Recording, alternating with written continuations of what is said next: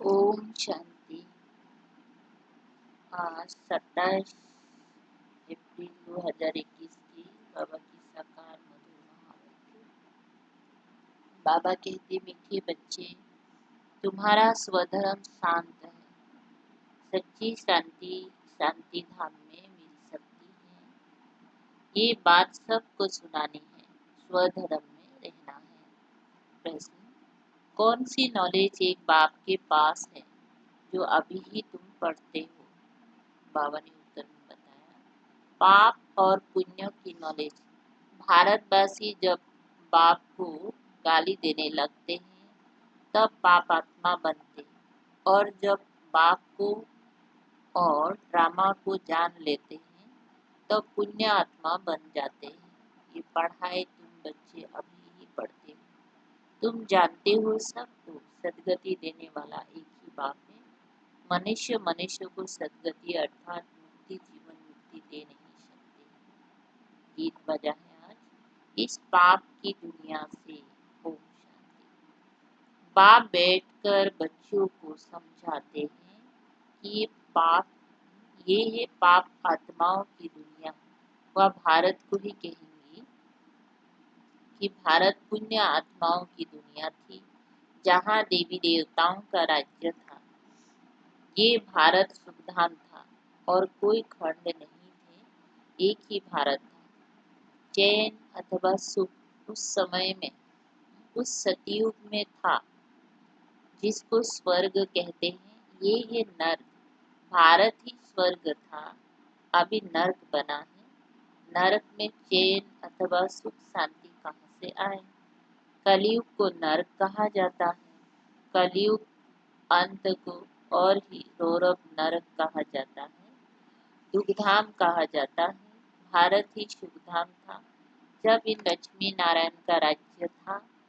भारतवासियों का गृहस्थ धर्म पवित्र था, प्यूरिटी भी थी, सुख शांति भी थी, संपत्ति भी बहुत थी। अब वही भारत पतित बना है, सब भिखारी बने हैं। ये है दुखधाम। भारत सुखधाम था, और जहाँ हम आत्माएं निवास करती हैं वो है शांति धाम। शांति वहाँ शांति धाम नहीं मिल सकती है। आत्मा शांत वहाँ ही रह सकती है जिसको स्वीट होम, निराकारी दुनिया कहा जाता है। वो है आत्माओं का घर। वहाँ जब रहते हैं तो आत्मा शांति में है। बाकी शांति कोई जंगल आदि में जाने से नहीं मिलती है। शांति धाम तो वही है। सतयुग में सुख भी है, शांति भी है। यहाँ दुखधाम में शांति हो नहीं सकती, शांति धाम में मिल सकती है। सुख धाम में भी कर्म होता है, शरीर से पाठ बजाना होता है। इस दुखधाम में एक भी मनुष्य नहीं जिसको सुख शांति हो। ये है भ्रष्टाचारी पतित धाम। तब तो पतित पावन को बुलाते हैं, परंतु उस बाप को कोई जानते नहीं है, इसीलिए निधन के बन पड़े हैं। अर्पण होने के कारण आपस में लड़ते झगड़ते हैं। कितना दुख, अशांति, मारा मारी है। ये है ही रावण राज्य। राम राज्य मांगते हैं। रावण राज्य में ना सुख है ना शांति है। राम राज्य में सुख शांति दोनों है। आपस में कभी लड़ते झगड़ते नहीं थे। वहाँ 5 विकार होते नहीं, यहाँ 5 विकार है। पहला है देह अभिमान मुख्य, फिर काम क्रोध। भारत जब स्वर्ग था तो ये विकार नहीं थे, वहाँ देही अभिमानी थे। अब सब मनुष्य देही अभिमानी है। देवता थे देही अभिमानी। देही अभिमान वाले मनुष्य कभी किसी को सुख नहीं दे सकते, एक दो को दुख ही देते हैं। ऐसे मत समझो कोई लाखपति, करोड़पति, पदमपति है तो सुखी है। नहीं, ये तो सब है माया का भक्का, माया का राज्य है। अभी उनके विनाश के लिए महाभारत लड़ाई सामने खड़ी है। इसके बाद फिर स्वर्ग के द्वार खुलने हैं। आधा कल्प के बाद फिर नरक के द्वार खुलते हैं। ये बातें कोई शास्त्र में नहीं है। भारतवासी कहते हैं जब भक्ति करेंगे तब भगवान मिलेगा। बाबा कहते हैं जब भक्ति करते करते बिल्कुल नीचे आ जाते हैं तब मुझे आना पड़ता है स्वर्ग की स्थापना करने, अर्थात भारत को स्वर्ग बनाने। भारत जो स्वर्ग था वो नरक कैसे बना? रावण ने बनाया। गीता के भगवान से तुमको राज्य मिला, 21 जन्म स्वर्ग में राज्य किया, फिर भारत द्वापर से कलयुग में आ गया, अर्थात उतरती कला हो गई। इसलिए सब पुकारते रहते हैं, हे पतित पावन आओ। पतित मनुष्य को सुख शांति पतित दुनिया में मिल नहीं सकती। कितना दुख उठाते हैं। आज पैसा चोरी हुआ, आज देवाला मारा, आज रोगी हुआ, दुख ही दुख है ना। अभी तुम सुख शांति का वर्षा पाने का पुरुषार्थ कर रहे हो, बाप से स्वर्ग का वर्षा लेने का पुरुषार्थ कर रहे हो। सदा सुखी बनाने वाला एक ही बाप है, सदा दुखी बनाने वाला रावण है। ये बातें भारतवासी नहीं जानते। सतयुग में दुख की बात होती नहीं, कभी रोना नहीं पड़ता, सदैव सुख ही सुख है। वहाँ देह अभिमान अथवा काम क्रोध आदि होते नहीं। जब तक 5 विकारों का दान ना दे तब तक दुख का ग्रहण छूट नहीं सकता। कहते हैं ना, दे दान तो छूटे ग्रहण। इस समय सारे भारत को 5 विकारों का ग्रहण लगा हुआ है। जब तक ये 5 विकार का दान ना दे तब तक 16 कला संपूर्ण देवता बन ना सके। बाप स्वर्ग का सदगति दाता है। कहते हैं गुरु बिगर गति नहीं, परंतु गति का भी अर्थ समझते नहीं। मनुष्य की गति सदगति माना मुक्ति, जीवन मुक्ति, सो तो बाप ही दे सकते हैं। इस समय सर्वों की सदगति होनी है।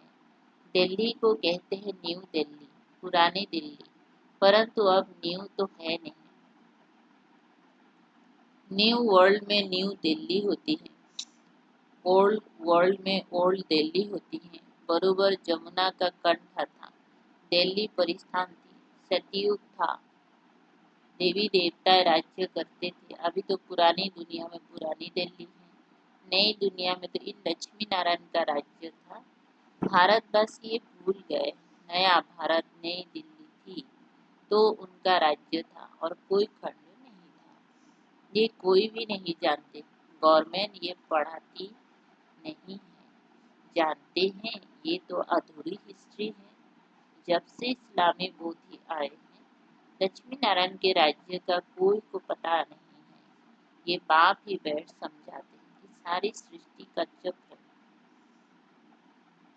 कैसे फिरता है। जब भारत स्वर्ग था तो गोल्डन एज था, अब वही भारत देखो क्या बन गया। फिर भारत को हीरे जैसा कौन बनाया?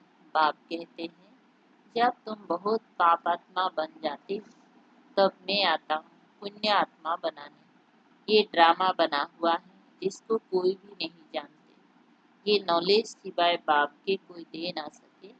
नॉलेजफुल बाप ही हैं, वो आकर पढ़ाते हैं।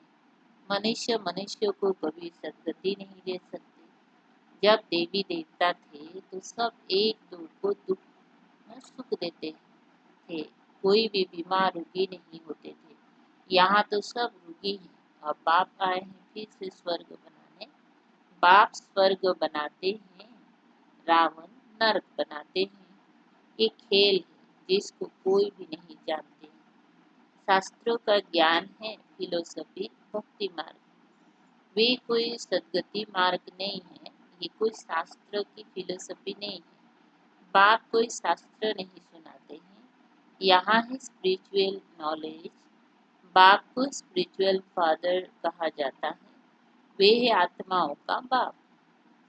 बाप कहते हैं मैं मनुष्य सृष्टि का बीज रूप हूँ, इसीलिए नॉलेजफुल हूँ।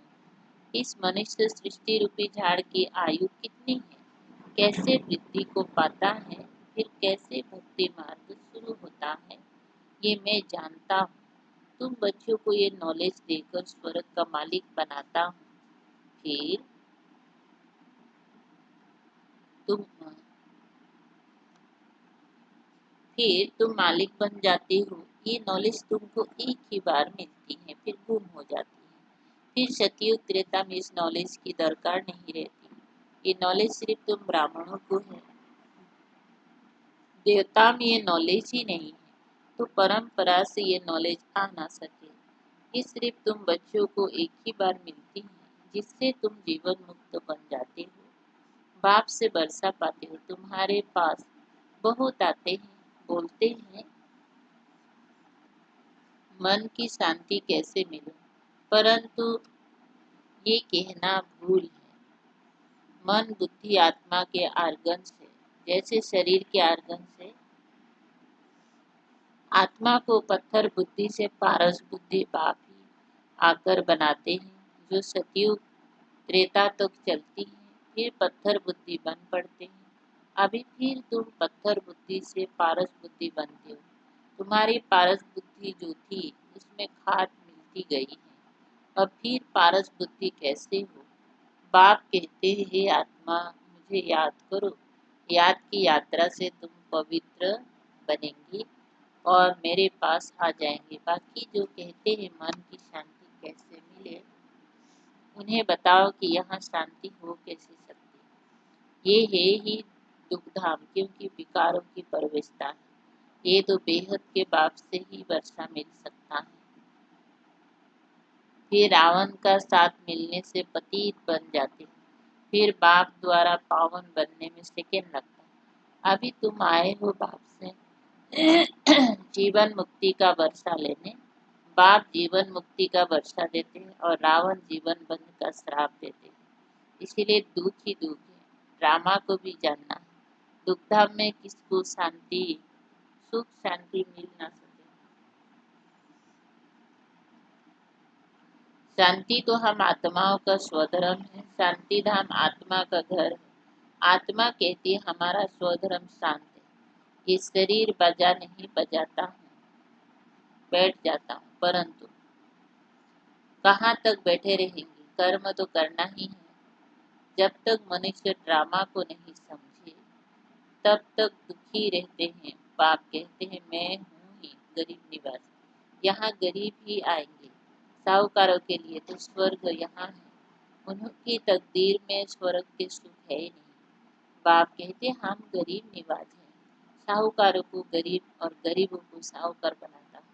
साहूकार इतना ऊंच पद पा नहीं सकते, क्योंकि यहाँ साहूकारों का नशा है। हाँ, प्रजा में आ जाएंगे, स्वर्ग में तो जरूर आएंगे, परंतु ऊंच पद गरीब पाते हैं। गरीब साहूकार बन जाते हैं। उन्हें देह अभिमान है ना कि हम धनवान हैं, परंतु बाबा कहती है धन माल सब मिट्टी में मिल जाना है, विनाश हो जाना है। देही अभिमानी बनने में बहुत मेहनत है। इस समय सब देह अभिमानी है। अभी तुमको देही अभिमानी बनना है। आत्मा कहती है हमने 84 जन्म पूरे किए, नाटक पूरा होता है, अब वापिस जाना है। अभी कलयुग के अंत सतयुग के आदि का संगम है। बाप कहते हैं हर 5000 बरस बाद आता हूँ, भारत को फिर से हीरे जैसा बनाना। ये हिस्ट्री ज्योग्राफी बाप ही बता सकते हैं। अच्छा मीठे मीठे सिकलदेव बच्चों प्रति मात पिता बाप दादा का याद प्यार और गुड मॉर्निंग। रूहानी बाप की रूहानी बच्चों को नमस्ते। हम रूहानी बच्चों की रूहानी बाप दादा को याद प्यार गुड मॉर्निंग और नमस्ते नमस्ते। शुक्रिया बाबा, थैंक यू बाबा। सार है एक नंबर, बाप से जीवन मुक्ति का वर्षा लेने के लिए पावन जरूर बनना है। ड्रामा की नॉलेज को बुद्धि में रख, दुखधाम में रहते हुए दुखों से मुक्त होना है। 2, धन माल व साहूकारी का नशा छोड़ देही अभिमानी रहने का पुरुषार्थ करना है। वरदान महान और मेहमान इन दो स्मृतियों द्वारा सर्व आकर्षणों से मुक्त बनने वाले उपराम व साक्षी भव। विस्तार ब्राह्म व साक्षीपन की अवस्था बनाने के लिए दो बातें ध्यान पर रहें। एक तो मैं आत्मा महान आत्मा हूँ, दूसरा मैं आत्मा अब इस पुरानी सृष्टि में और इस पुराने शरीर में मेहमान हूँ। इस स्मृति में रहने से स्वतः और सहज ही सर्व कमजोरियां व लगाव की आकर्षण समाप्त हो जाएगी। महान समझने से जो साधारण कर्म व संकल्प संस्कारों के वश चलते हैं वो परिवर्तित हो जाएंगे। महान और मेहमान समझकर चलने से महिमा योग्य भी बन जाएंगे। स्लोगन: सर्वों की शुभ भावना और सहयोग की बूंद से बड़ा कार्य भी सहज हो जाता है। अच्छा, तो